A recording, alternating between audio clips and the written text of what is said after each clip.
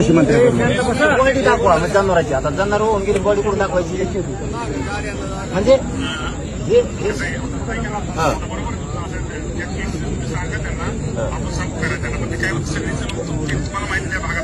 नाही जे मामा शेतकरी आपला तुम्ही शेतकरी आहेत आम्हाला काय तुम्हाला बोलायची गरज नाही. शेतकरी खोटं बोलत नाही. एक ती गोष्ट दुसरं लोकांचे जे बाजऱ्या काढल्या होत्या त्या झाकून ठेवल्या तशाच वाहून गेल्या.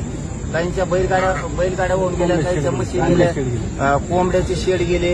त्याच्यानंतर एका गावात मी गेलो होतो त्या गावात ना कांद्याचे नाही होतं आपलं उडीद होता पूर्ण लॉटच गेला देऊ म्हणजे जवळपास 25-30 एकर असेल.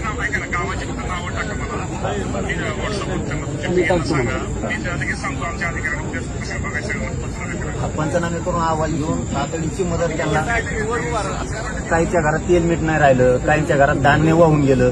थोडं शासनाच्या वतीनं कमीत कमी काका पण इथंच आहेत ना, तुमच्याच आहेत ना ते. आज बी काका पण इथंच आहेत. मी त्या गावात चाललो होतो तर काका भेटले म्हणजे तर सरसकट घेऊन टाका. हे लोकांना ठेवू नका आता. राम राम. काय नाही सगळी यादी देतो मी वरून खालपर्यंत यादी देतो. हो हो. कधी एक मेन नदी आहे, कधी तिच्या उपनदी आहेत वरती, त्याच्यावर सगळं झालं. हो पाठवलं